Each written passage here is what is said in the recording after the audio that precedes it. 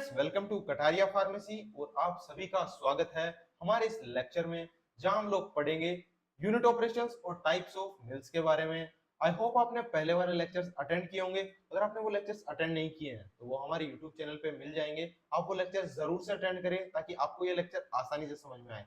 इसी के अलावा जो वीडियो लेक्चर्स है उन सभी के नोट्स हमारे टेलीग्राम चैनल पे अवेलेबल है। आप वहां से जाकर उन्हें चेक कर सकते हैं और अपनी स्टडी को बेहतर कर सकते हैं। तो चलिए आज का लेक्चर हम लोग स्टार्ट कर लेते हैं।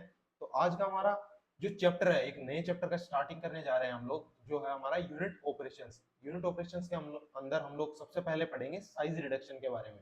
तो साइज रिडक्शन क्या होती है? ये एक वो प्रोसेस है जिसके अंदर जो बड़े पार्टिकल्स होते हैं उनको कन्वर्ट किया जाता है छोटे या फिर फाइन पार्टिकल्स के अंदर, जिससे उनका सरफेस एरिया बढ़ जाता है और उससे क्या होता है कि आगे आने वाली जो भी प्रोसेसेस हो रही उसके अंदर आसानी रहती है। तो यहाँ दिया गया है, it is a process of converting bigger size particles into smaller size particles, यानी बड़े पार्टिकल्स को छोटे साइज में कन्वर्ट करने की प्रोसेस को ही साइज रिडक्शन कहते हैं। अब ये तो हो गई साइज रिडक्शन की बात। अब इसके अलावा यहाँ दिया गया है methods and mechanism of size reduction. Size reduction तो हमें पता लग गया कि क्या होता है। अब वो साइज रिडक्शन होता किन किन तरीकों से है उसकी स्टडी भी हम लोग करेंगे। तो जो मेथड्स या मैकेनिज्म, जो तरीके होते हैं वो साइज रिडक्शन के, वो हम देख लेते हैं। इसमें फर्स्ट ऑफ ऑल हमारा रहता है कटिंग। कटिंग के अंदर क्या होता है, जो साइज रिडक्शन होती है वो किसके द्वारा होती है? या तो नाइव्स यानी चक्कुओं के द्वारा, या शार्प ब्लेड जो तीखी ब्लेड्स का यूज करके कटिंग की जाती है, या साइज रिडक्शन होती है कटिंग के अंदर। अब used for size reduction of soft materials, यानी सॉफ्ट मटेरियल्स जैसे कि हमारी जड़ें हो गई, या किसी मटेरियल के छिलके हो गए, या कोई लकड़ी हो गई, ये सॉफ्ट मटेरियल्स है जिनके साइज रिडक्शन के लिए कटिंग होती है। और ये कब होती है कटिंग? बिफोर एक्सट्रैक्शन, यानी उनको मेन मटेरियल से निकाला जाए या उससे अलग किया जाए उससे पहले कटिंग होती है। तो अब हम लोग देखेंगे हमारा अगला मेथड ऑफ साइज रिडक्शन, जो कि है हमारा कंप्रेशन। कंप्रेशन में क्या होता है, जो हमारा मटेरियल होता है उसके ऊपर प्रेशर लगाकर उसे क्रश कर दिया जाता है जिससे कि उसका साइज रिडक्शन हो सके। अगर ये चीज स्मॉल स्केल पे की जाए यानी छोटे दर पे की जाए तो वो किसकी हेल्प से होती है? मोटर एंड पेस्टल के हेल्प से होती है। मोटर एंड पेस्टल कहाँ होता है? हमारी लैब्स वगैरह में पाया जाता है। ये एक लेबोरेटरिकल अप्लायंस है जिसका यूज ग्राइंडिंग वगैरह में भी किया जाता है। इसके अलावा while on large scale roller mill is used, तो लार्ज स्केल पे मिल्स आ जाती है। मिल्स हमारे बड़े दर पे ग्राइंडिंग प्रोसेस या साइज रिडक्शन की प्रोसेस में हेल्प करते हैं। तो जो कंप्रेशन होता है वो लार्ज स्केल पे होता है हमारे रोलर मिल के अंदर। अब इसके अंदर दिया हुआ है कि used for cracking seeds before extraction, यानी मेन मटेरियल से निकालने से पहले या एक्सट्रैक्शन से पहले सीड्स को क्रैक करने के अंदर कंप्रेशन की प्रोसेस का यूज होता है। आप यहाँ ये डायग्राम भी देख सकते हैं, ये हमारी अलग अलग टाइप की मिल्स है और जिनका अब हम आगे आपको डिटेल में बताएंगे। तो अगला हमारा जो मेथड है साइज रिडक्शन का वो है हमारा इम्पैक्ट। इसके अंदर दिया हुआ है collision between a surface and a material, one of which is stationary and other is moving. इसके अंदर क्या होता है? कोलिजन होता है यानी टकराव होता है। या तो जो मटेरियल होता है वो मूव कर रहा होता है और सरफेस एक जगह होती है, या सरफेस मूव कर रही होती है और मटेरियल एक जगह रहेगा। इन दोनों में से एक चीज एक रुकी हुई रहेगी और दूसरी चीज मूव कर रही होगी, जिससे पार्टिकल सरफेस से हिट करेगा तो वो टूट जाएगा, उसका साइज रिडक्शन हो जाएगा। तो इसी के साथ अब अगला मेथड है हमारा अटायरेशन। अटायरेशन क्या होता है? Materials compressed between moving surfaces. दो सरफेस होती है, दो सरफेसेस के बीच में एक पार्टिकल को डाला जाएगा और उनको मूव किया जाएगा, तो उनके बीच में वो पिस जाएगा और इसी प्रोसेस को अटायरेशन कहते हैं। जैसे कि एग्जांपल है पेस्टल एंड मोटार और रोलर मिल। ये कंप्रेशन वाले मेथड की तरह ही है, बट इसमें दो सरफेसेस के बीच में एक तरीके की फ्रिक्शन टाइप सा होगा और उसके अंदर वो मटेरियल क्रश होकर और फाइन पार्टिकल्स में कन्वर्ट हो जाएगा। उसके बाद अगला जो हमारा मेथड है वो है कंबाइंड इंपैक्ट एंड अटायरेशन। अब ये जो इंपैक्ट हमने जो कोलिजन देखा और उसके बाद में अटायरेशन जो हमारा कंप्रेशन वाला देखा, इन दोनों का मिक्सअप एक मेथड होता है, वो है हमारा कंबाइंड इंपैक्ट एंड अटायरेशन मेथड। ये किस में यूज होता है? ये बॉल मिल और फ्लूइड एनर्जी मिल में यूज होता है साइज रिडक्शन के लिए। अब बॉल मिल और फ्लूइड एनर्जी मिल हम आपको डिटेल में आगे पढ़ाएंगे। तो इसी के साथ अब हम लोग आगे बढ़ेंगे अगली स्लाइड पे, जहां हम पढ़ेंगे टाइप्स ऑफ मिल्स के बारे में। अब साइज रिडक्शन जो हमारा टॉपिक है वो कंप्लीट हो गया। अब उसके अंदर आगे हम लोग देख रहे हैं नेक्स्ट टॉपिक हमारा है टाइप्स ऑफ मिल्स। ये साइज रिडक्शन के अंदर यूज होने वाले डिवाइसेस के बारे में बताता है, जो कि होती है हमारी मिल्स।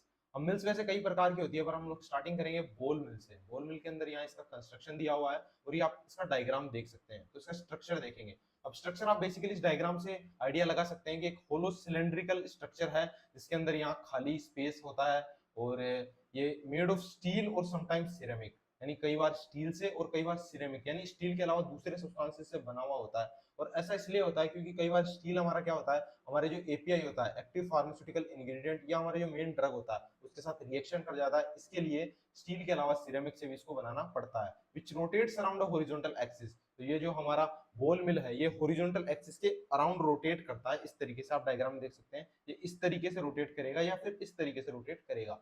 अब इसके बाद अगला पॉइंट है हमारा ग्राइंडिंग मीडिया। तो ग्राइंडिंग मीडिया वो पार्टिकल्स होते हैं, या ये डायग्राम में आप इजीली समझ पाएंगे कि ये जो होलो चैम्बर है इसके अंदर ये बोल्स वगैरह भरी हुई है। तो ये बोल्स आइदर तो ये स्टील की होगी या फिर सिरेमिक सब्सटेंस की बनी हुई होगी। तो इन बोल्स को ही हम लोग कहते हैं ग्राइंडिंग मीडिया।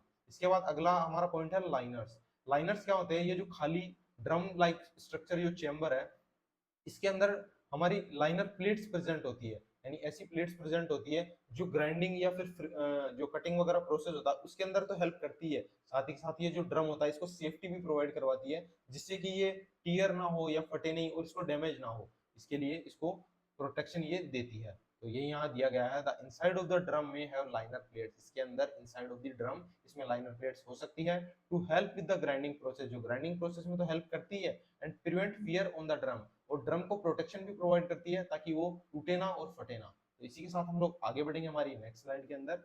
अब इसकी वर्किंग के बारे में दिया हुआ है, जो हमारी बॉल मिल है उसकी वर्किंग के बारे में यहाँ बताया गया है, ऑपरेशन उसका वो किस तरीके से काम करती है। The ball mill is rotated at a set speed, एक फिक्स स्पीड पे इसको रोटेट किया जाता है।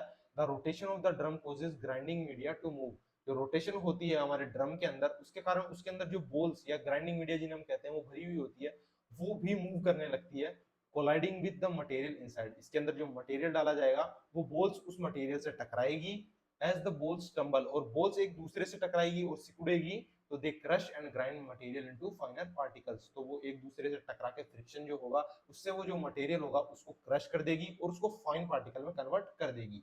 इसके बाद देखेंगे टाइप्स ऑफ ग्राइंडिंग, यानी किस किस तरह की ग्राइंडिंग होती है। बोथ, दोनों इसमें होती है। Wet and dry grinding can be perform, जो हमारा बोन मिल होता है उसके अंदर वेट और ड्राई दोनों ग्राइंडिंग की जा सकती है। In wet grinding a liquid, usually water, is added to the material to help reduce friction and improve particle size reduction। हमारा ड्राई ग्राइंडिंग होता है वो तो नॉर्मली हो जाता है, बट जो वेट ग्राइंडिंग होता है उसके अंदर लिक्विड का एडिशन करना पड़ता है, और यूजुअली वो लिक्विड क्या होता है हमारा वाटर ही होता है। और उससे क्या होता है कि जो फ्रिक्शन होता है बोल्स के बीच में वो फ्रिक्शन थोड़ा रिड्यूस हो जाता है, और साथ ही साथ जो साइज रिडक्शन होती है उसकी रिफाइनिंग अच्छी होती है और अच्छी तरीके से साइज रिडक्शन हो पाता है। इसी के साथ हम आगे नेक्स्ट स्लाइड पे देखेंगे। ये हमारा डायग्राम है बॉल मिल का, आप आसानी से इजी वे में जो बड़े डायग्राम में आराम से समझ पाएंगे। ये देखिए स्टील रोटेटिंग मीडिया, ये जो मोटर होती है इससे ये रोटेट किया जाता है। इसके अंदर ये छोटी छोटी सिरेमिक और स्टील की बॉल्स भरी हुई होती है, और यही वो होलो सिलेंड्रिकल चेम्बर है इसके अंदर बॉल्स वगैरह भरी हुई है, और यहाँ पर कुछ प्लेट्स वगैरह भी लगी हुई होती है इस साइड में, और कभी इस साइड के अंदर लगी हुई हो सकती है। और ये इसका नॉर्मल बेसिक सिंपल सा डायग्राम है जिससे आप आसानी से समझ सकते हैं इसको। बॉल मिल का काफी इजी डायग्राम है, इसको देखकर आप आसानी से आइडिया लगा सकते हैं कि बॉल मिल कैसा होता है। तो इसी के साथ हम आगे बढ़ेंगे कि एडवांटेजेस क्या क्या है, बॉल मिल के क्या क्या एडवांटेजेस है। प्रोड्यूसेस फाइन पार्टिकल्स, यानी ये छोटे पार्टिकल्स प्रोड्यूस कर देता है आसानी से। Suitable for large scale production, अब बॉल मिल है तो लार्ज स्केल प्रोडक्शन में काफी हेल्प कर सकता है, यानी बड़े स्तर पर इसके अंदर साइज रिडक्शन किया जा सकता है। And can handle both wet and dry grinding, इसके अंदर अभी हमने देखा था कि वेट और ड्राई दोनों ग्राइंडिंग कर देता है, तो ये इसका अच्छा एडवांटेज है। इसके बाद हम देखेंगे इसके डिसएडवांटेजेस क्या क्या है। रिक्वायर्स मोर एनर्जी, आपने देखा था कि स्टील रोटेटिंग मीडिया था, यानी उसको रोटेट करने के लिए मोटर या एनर्जी का यूज होता है, तो ये ज्यादा एनर्जी यूज करता है, ये इसका डिसएडवांटेज है। Can produce uneven particle size distribution, कई बार क्या होता है कि इसके अंदर जो बॉल्स वगैरह फ्रिक्शन वगैरह होती है तो उसके अंदर कई बार पार्टिकल्स छूट जाते हैं, तो उस कारण अनइवन साइज हो जाती है, मतलब कभी कुछ पार्टिकल्स बड़े आ रहे हैं कुछ छोटे आ रहे हैं, तो ये इसमें एक दिक्कत है, इसमें इक्वल साइज के पार्टिकल्स का रिडक्शन नहीं हो पाता है कई बार। अगला पॉइंट हम देखेंगे, not ideal for heat sensitive materials due to friction generated heat, तो कई बार क्या होता है कि ये हीट सेंसिटिव मटेरियल्स के लिए सही नहीं रहता है, क्योंकि हमने देखा था इसके अंदर बॉल्स जो होती है वो एक दूसरे से टकराती है और उससे फ्रिक्शन होता है, और फ्रिक्शन से हीट जनरेट होती है, और वो हीट जो है कि हमारे हीट सेंसिटिव मटेरियल्स को खराब कर सकती है। अब हीट सेंसिटिव मटेरियल्स कई हो सकते हैं, जैसे हमारा कई वोलेटाइल ड्रग्स होते हैं, जैसे हमारा मेंथोल या कैम्फोर होता है, वो हमारे वोलेटाइल ड्रग्स होते हैं जो कि आसानी से हीट से इफेक्ट हो जाते हैं। उसके अलावा कई सेंसिटिव ड्रग्स भी होते हैं हमारे जो हीट को बिल्कुल भी टॉलरेट नहीं कर पाते हैं, तो उनके लिए ये चीज ठीक नहीं है, बॉल मिल उनके लिए यूजफुल नहीं है, तो ये एक इसका काफी बड़ा डिसएडवांटेज है। तो आज के हमारे इस लेक्चर के लिए इतना ही रहने वाला है। आई होप आपको सभी समझ में आया होगा, और आगे के जो हमारे मिल्स हैं हम नेक्स्ट लेक्चर में उनको कवर करने वाले हैं। आई होप आपको सभी चीजें आसानी से समझ आई होगी। अगर आपको कोई भी डाउट है तो आप कमेंट्स में जरूर पूछें। साथ ही साथ आपका कोई भी क्वेरी हो तो आप हमारे टेलीग्राम चैनल पे भी पूछ सकते हैं। उसके साथ जो लेक्चर के नोट्स वगैरह होते हैं वो हमारे टेलीग्राम चैनल पे आपको बिल्कुल फ्री में मिल जाएंगे। तो आप अच्छे से पढ़ाई कीजिए और अपनी फार्मेसी जर्नी को हमारे साथ इजी बनाइए। तो thank you so much for watching और कीप लर्निंग। Thank you.